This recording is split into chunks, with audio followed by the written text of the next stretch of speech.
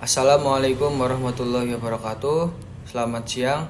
Pada kesempatan kali ini saya akan mempresentasikan tentang analisis biomekanika dalam olahraga pentakyu dengan tema menguasai akurasi melalui stabilitas dan kontrol kinematika.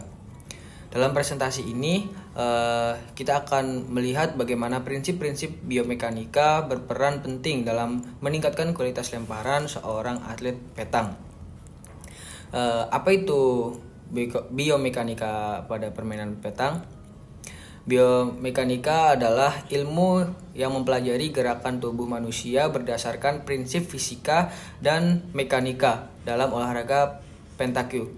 Biomekanika digunakan untuk menganalisis bagaimana tubuh bergerak saat melempar bola dari dalam lingkaran permainan.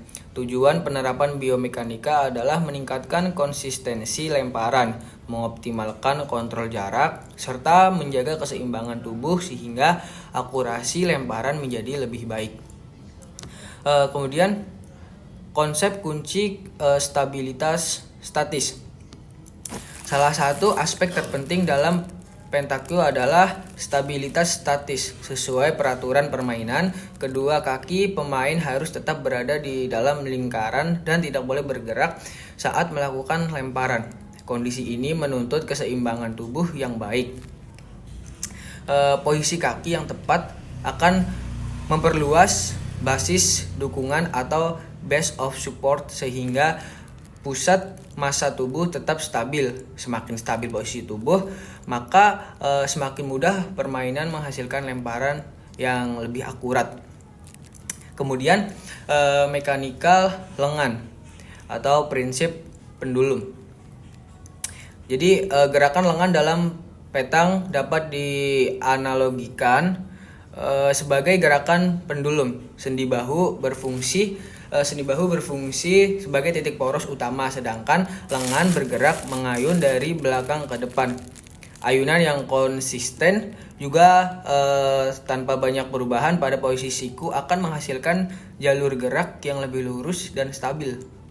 Kemudian dengan demikian pelepasan bola menjadi lebih terkontrol dan peluang mencapai target itu akan lebih meningkat.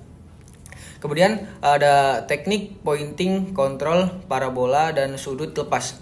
Dalam teknik pointing, pemain berusaha menempatkan bola sedekat mungkin dengan jacks atau target. Untuk melakukannya, pemain harus mengatur sudut pelepasan bola. Sudut yang rendah, sedang, atau tinggi akan menghasilkan lintasan parabola yang berbeda sesuai kondisi lapangan. Selain itu, pemain juga harus mengatur impuls, yaitu kombinasi antara besar gaya dan lamanya kontak jari dengan bola saat pelepasan. Pengaturan ini menentukan jarak tempuh dan seberapa jauh bola akan menggelinding setelah menyentuh tanah. Kemudian ada teknik pointing, efek putaran belakang. Selain mengatur sudut pelepasan, pemain juga dapat memberikan efek putaran belakang atau backspin.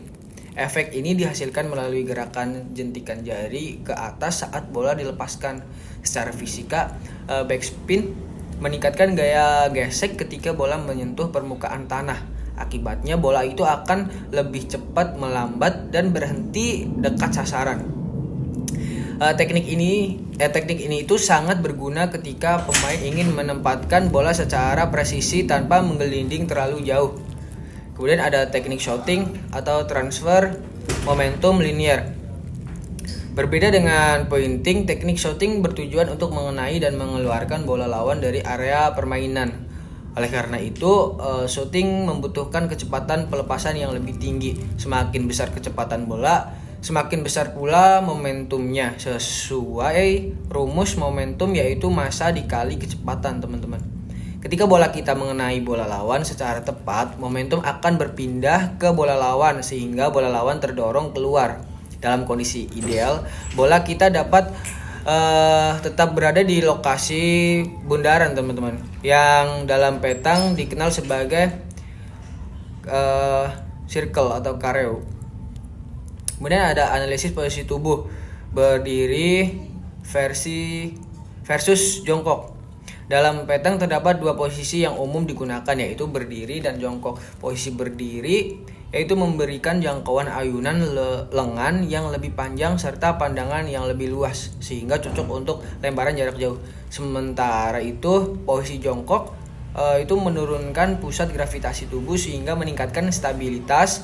Selain itu, posisi ini itu memungkinkan pemain melihat kontur permukaan lapangan dengan lebih baik, terutama saat melakukan pointing. Kemudian ada koordinasi mata tangan. Keberhasilan tempalan dalam permainan petang sangat dipengaruhi oleh koordinasi mata dan tangan. Mata berfungsi memperkirakan jarak dan posisi target, kemudian otak memproses informasi tersebut untuk menentukan besarnya gaya yang harus diberikan pada lemparan. Melalui latihan yang berulang-ulang, tubuh membentuk memori motorik atau muscle memory. Hal ini memungkinkan pemain menghasilkan titik pelepasan bola yang konsisten, sehingga akurasi lemparan itu semakin meningkat. Dan jadi kesimpulan dan penutup yaitu sebagai kesimpulan, petang itu bukan hanya permainan melempar bola besi, tetapi juga melibatkan berbagai prinsip biomekanika dan fisika, stabilitas tubuh, gerakan pendulum lengan, pengaturan sudut pelepasan menggunakan momentum, serta koordinasi mata dan tangan merupakan faktor utama yang menentukan keberhasilan lemparan. Dengan memahami konsep-konsep biomekanika ini, atlet dapat meningkatkan teknik, kemudian ada konsisten dan akurasi permainan pada mereka. Terima kasih atas perhatiannya yang diberikan. Saya ucapkan terima kasih. Wassalamualaikum warahmatullahi wabarakatuh.